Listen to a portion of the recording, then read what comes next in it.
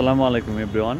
16 তলা উপরে মানে লাস্ট ফ্লোরে কিংবা লাস্ট ছাদে যে রোপ ফ্লোর কাস্টিং করা হয় 6 ইঞ্চি ঢালাইয়ের পরেও একটা ফ্লোর ঢালাই দেওয়া হয়, কারণ আপনার সেই ছাদটা সবার উপরে থাকে, রোদে বৃষ্টিতে ভিজে, সেই জন্য কিন্তু রোপ কাস্টিং করা হয়। আর রোপ কাস্টিংয়ের জন্য আমরা সাধারণত এক লেয়ার রড বেঁধে থাকি। আমি আপনাদেরকে দেখাচ্ছি, অবশ্যই দেখবেন।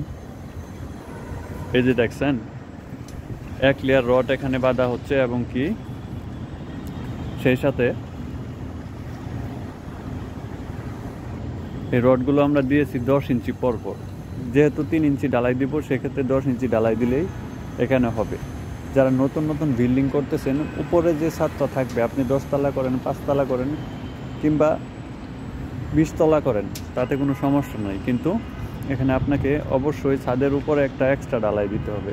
এক্সট্রা ঢালাই দিলে কি হবে, আপনার ছাদটা সবসময় ভালো থাকবে এবং পরিপূর্ণ থাকবে, কখনো ফাটল ধরবে না এবং রোদ বৃষ্টিতে ছাদটা ভিজলেও কোনো সমস্যা হবে না। এভাবে যদি আপনি ফ্লোরটা করেন, অবশ্যই ভালো থাকবে এবং কাজে লাগবে।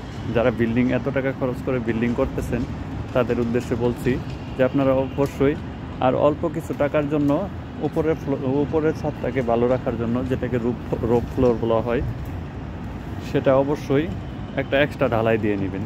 এক্সট্রা ঢালাই দিলে আপনার ভবিষ্যতে অনেক কিছুই সুরক্ষা পাবেন এই ছাদের জন্য। তাই সবাইকে বলবো, এই ছাদটা একটু ভালোভাবে ঢালাই দেওয়ার চেষ্টা করবেন। এখানে রড 10 ইঞ্চি দিছি, আপনি যদি আরও একটু গেপ বড় করে দেন, সেক্ষেত্রেও কোনো সমস্যা নেই। তাই সবাইকে বলবো যে আপনারা যারা এত টাকা দিয়ে বিল্ডিং করতেছেন, অবশ্যই রোপ ফ্লোর ঢালাই দেওয়ার জন্য আরেকটু খরচ করে, আরেকটু ব্যয় করে এই কাজটা করার চেষ্টা করবেন। তাহলে দেখবেন যে কি আজকে না বুঝছেন, কিন্তু ভবিষ্যতে বুঝতে পারবেন যে এই রোপ ফ্লোর ঢালাই দেওয়ার জন্য, সেকেন্ড ঢালাই দেওয়ার জন্য কতটা উপকার হয়েছে এবং কি কতটা গুরুত্বপূর্ণ কাজ হয়েছে। ঢালাই দিলে আপনি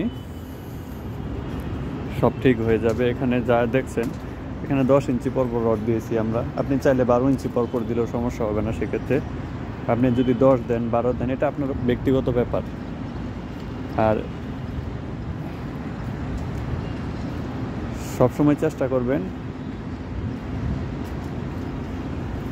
আপনার ছাদটা যাতে ভালো থাকে, এবং কারণ আর যখন আপনি কাস্টিং করবেন, ছাদটা একদিকে স্লোপ রাখবেন, কারণ সেই ক্ষেত্রে যাতে পানিটা আপনার নেমে যায় যখন আপনি ঢালাইটা করবেন।